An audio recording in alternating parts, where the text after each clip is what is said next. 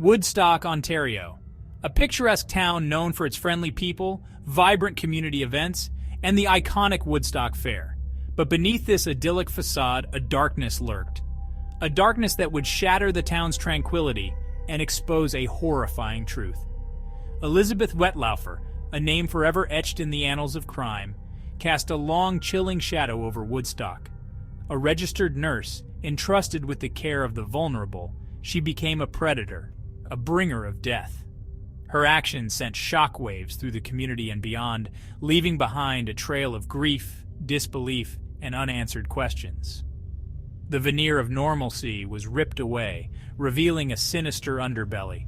The people of Woodstock, once feeling safe and secure, were now confronted with a terrifying reality. The woman they knew, the nurse who cared for their loved ones, was a serial killer. The revelation sent a collective shudder through the town. Fear replaced trust. Suspicion clouded every interaction. The idyllic image of Woodstock was forever tarnished, replaced by the haunting specter of Wettlaufer's crimes. The impact of Wettlaufer's actions extended far beyond the immediate victims and their families. The entire community grappled with the knowledge that such evil could exist in their midst. The sense of security was irrevocably shattered. The trust in healthcare professionals, those meant to heal and protect, was deeply shaken. The case served as a stark reminder that darkness can lurk in the most unexpected places, even within the walls of institutions designed for care and compassion. The story of Elizabeth Wettlaufer is a chilling tale of deception, betrayal, and the darkest impulses of the human heart. It is a story that forces us to confront the uncomfortable reality that evil can wear a friendly face, that the most unassuming individuals can harbor sinister secrets. It is a story that compels us to examine the vulnerabilities of our healthcare system and the safeguards in place to protect the most vulnerable members of our society. Elizabeth Wettlaufer seemed, on the surface, an ordinary woman. Born and raised in Zora Township near Woodstock, she led a seemingly unremarkable life.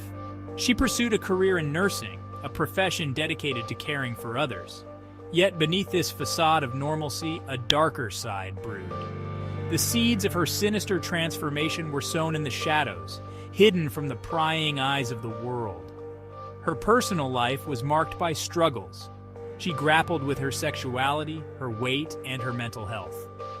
These internal battles, often fought in solitude, fueled a growing sense of despair and alienation. The pressure of her job, the constant exposure to illness and death, further exacerbated her fragile mental state. The weight of these burdens, carried in silence, gradually chipped away at her sanity, pushing her towards a dangerous precipice. The descent into darkness was gradual, a slow and insidious process. The woman who once aspired to care for others began to harbor a twisted sense of power. The vulnerability of her patients, their dependence on her for their well-being, became a source of perverse satisfaction. The line between care and control blurred, and a sinister desire to dominate, to wield life and death, took root in her heart. The transformation was complete. Elizabeth Wettlaufer, the registered nurse, had become a monster. The caring facade was shed, revealing the cold, calculating killer beneath.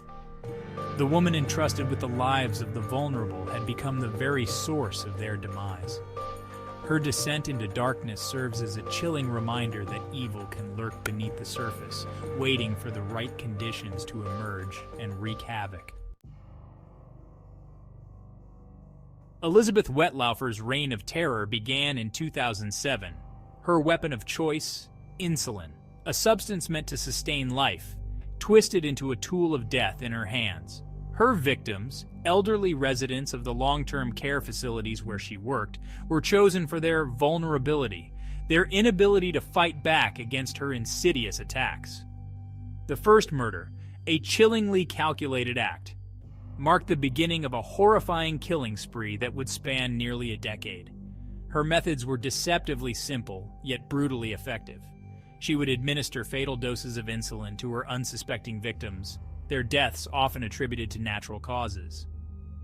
The elderly, already frail and susceptible to illness, succumbed easily to the lethal injections. Their deaths, seemingly peaceful, raised no alarms. Wettlaufer, the trusted nurse, blended seamlessly into the background, her deadly secret concealed beneath a veneer of normalcy. The killings continued, each one meticulously planned and executed. Wettlaufer, emboldened by her success, grew increasingly confident in her ability to evade detection. She became a silent predator, stalking the halls of the care facilities, choosing her victims with chilling indifference. The deaths mounted, each one a silent testament to her growing depravity. The families of the victims, unaware of the true cause of their loved one's demise, mourned their loss, comforted by the belief that they had died peacefully. Little did they know that a monster walked among them, disguised as a caregiver, their grief compounded by the horrifying truth that would later be revealed. Years passed, and Elizabeth Wettlaufer's dark secret remained hidden. The deaths she orchestrated, seemingly natural, went unchallenged. The families of her victims, none the wiser, continued to grieve, their pain compounded by the unanswered questions surrounding their loved one's passing. But the truth, as it often does, eventually surfaced. The facade of normalcy crumbled, revealing the horrifying reality beneath. In 2016, Wettlaufer, plagued by guilt and seeking solace, confessed her crimes. She walked into a Toronto police station and, with chilling clarity, detailed her horrifying acts. The confession sent shockwaves through the community and beyond. The trusted nurse, the seemingly ordinary woman, was unmasked as a serial killer. Her crimes a chilling betrayal of trust and a stark reminder of the darkness that can lurk beneath the surface of normalcy. The revelation sent a collective shudder through the community. The people of Woodstock, once feeling safe and secure, were now confronted with a terrifying reality. The woman they knew, the nurse who cared for their loved ones, was a monster. Fear replaced trust. Suspicion clouded every interaction. The idyllic image of Woodstock was forever tarnished, replaced by the haunting specter of Wettlaufer's crimes. The confession opened a Pandora's box of pain and anguish. Families, once resigned to the belief that their loved ones had died peacefully, were now forced to confront the horrifying truth that they had been murdered. The grief, once dulled by time, resurfaced with renewed intensity, now tinged with anger and betrayal. The community grappled with the knowledge that such evil could exist in their midst, the sense of security irrevocably shattered. Elizabeth Wettlaufer's victims were more than just names on a list. They were mothers, fathers, grandparents, friends. They were individuals with rich histories, vibrant personalities, and deep connections to their loved ones. Their lives, cut short by Wettlaufer's actions, left behind a void that could never be filled.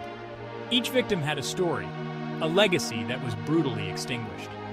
James Silcox, a proud veteran, loved to share stories of his time in the service.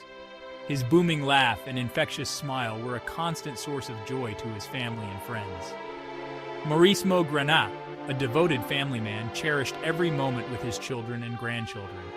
His warm hugs and gentle nature made him a beloved figure in the community. These are just two of the 8 lives stolen by Wettlaufer, each one leaving behind a legacy of love and loss. The families of the victims were left to pick up the pieces, their lives forever altered by the tragedy. Their grief, compounded by the horrifying circumstances of their loved ones' deaths, was immeasurable. The knowledge that their loved ones had been murdered, their trust betrayed by the very person entrusted with their care, added another layer of pain and anguish to their already unbearable loss. The impact of Wettlaufer's actions extended far beyond the immediate families of the victims. The entire community of Woodstock was left reeling, struggling to come to terms with the horrifying truth. The sense of safety and security was shattered, replaced by a pervasive fear and distrust. The case served as a stark reminder of the vulnerability of the elderly and the need for vigilance in protecting those who cannot protect themselves.